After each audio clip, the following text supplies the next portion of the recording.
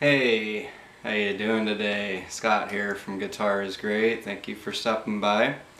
We're going to be working on A major pentatonic areas of activity across the fretboard, and we're sticking to some simple stuff, shapes you already know.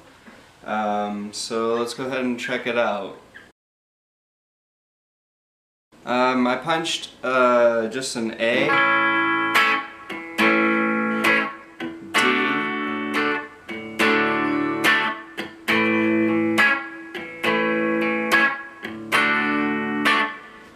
punch that into my looper, and I'm going to kind of use that as a backing track.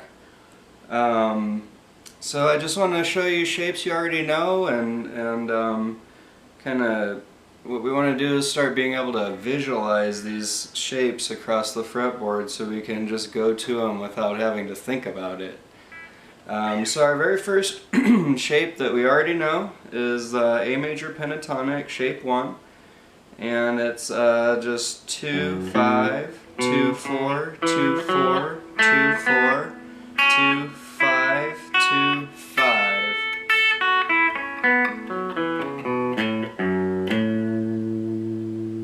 We have a root note right here on the E string, 5th fret. We have a root note here on the G string, 2nd fret. And we have a root note here on the E string, 5th fret. Okay.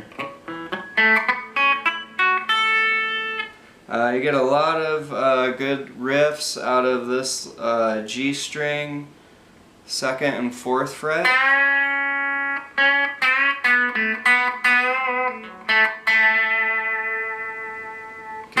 Really mess around there, do a lot of experimenting.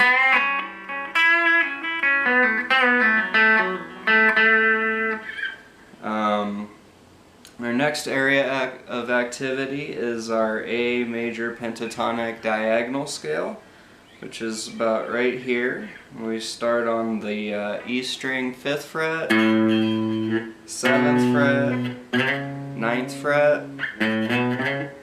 And on the next string is 7, 9, next string 7, 9. And then we're going to go ahead and slide up 9 to 11 on the D string, 9 to 11 on the G string,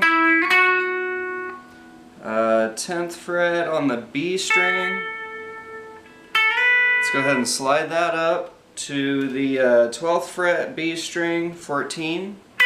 So 12, 14, 12, 14.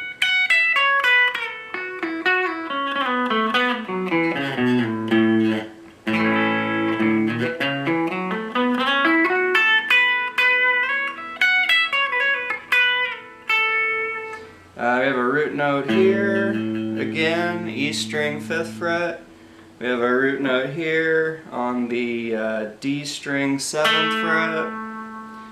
We have a root note here on the B string, 10th fret. This is really cool to sort of break this little diagonal scale shape down into smaller chunks. So a lot of times I'll just kind of use like these two strings, A and D, right here, because I have a root note here, which is very handy. I'll also use just these two strings right here a lot, and then I can throw in my root note on the B string right there. But typically what I try and do is I'm able to visualize the shapes on the fretboard, and I basically, you know, kind of slide into them.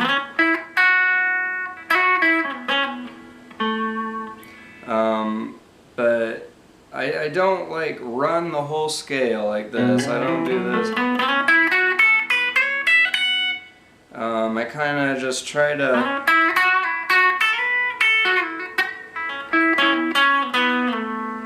stick to basically I'll think of like root notes as kind of a boundary. So think of this as like a starting boundary, and then this is like an ending area here. So go.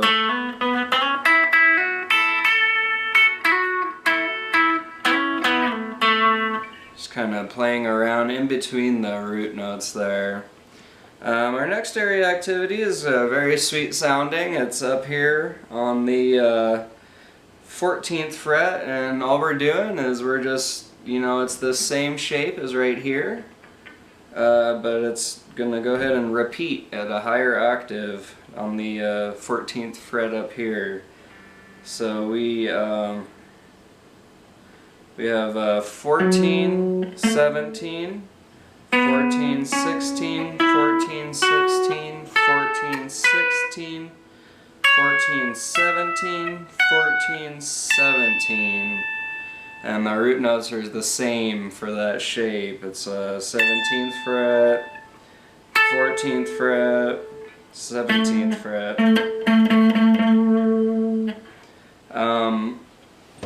And the cool thing about this shape is we can use our extensions, and what I mean by that is 12, 14 on the E string, 12, 14 on the A string, there's 12, 14 on the B string, 12, 14 on the E string, and if you notice, this is the same little box that we had from our diagonal scale, which just goes. Alright, so we have those shapes starting to tie themselves together in various places, which is what you also want to start to visualize if you can.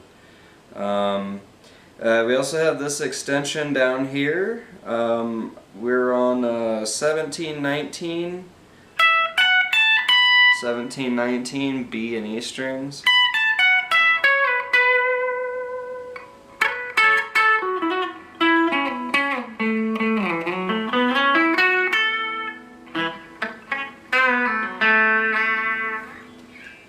So I'm just going to go ahead and play really slow, and hopefully you can see where I'm playing out of these shapes and kind of just watch what I'm doing. If you need to, click the little settings button in the video player and hit playback speed, and then you can slow it down, and it's a lot easier to see kind of what I'm doing. So let's go ahead and do that.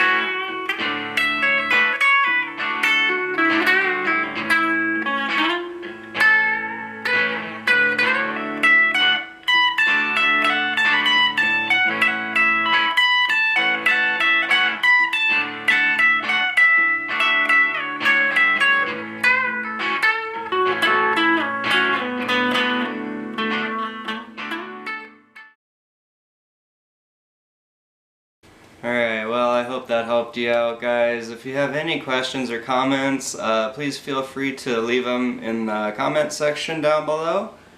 If you liked the video, maybe think about throwing me the thumbs up and subscribing. Really appreciate that. Love the support. Thank you so much. Hope you have a great day. Take care.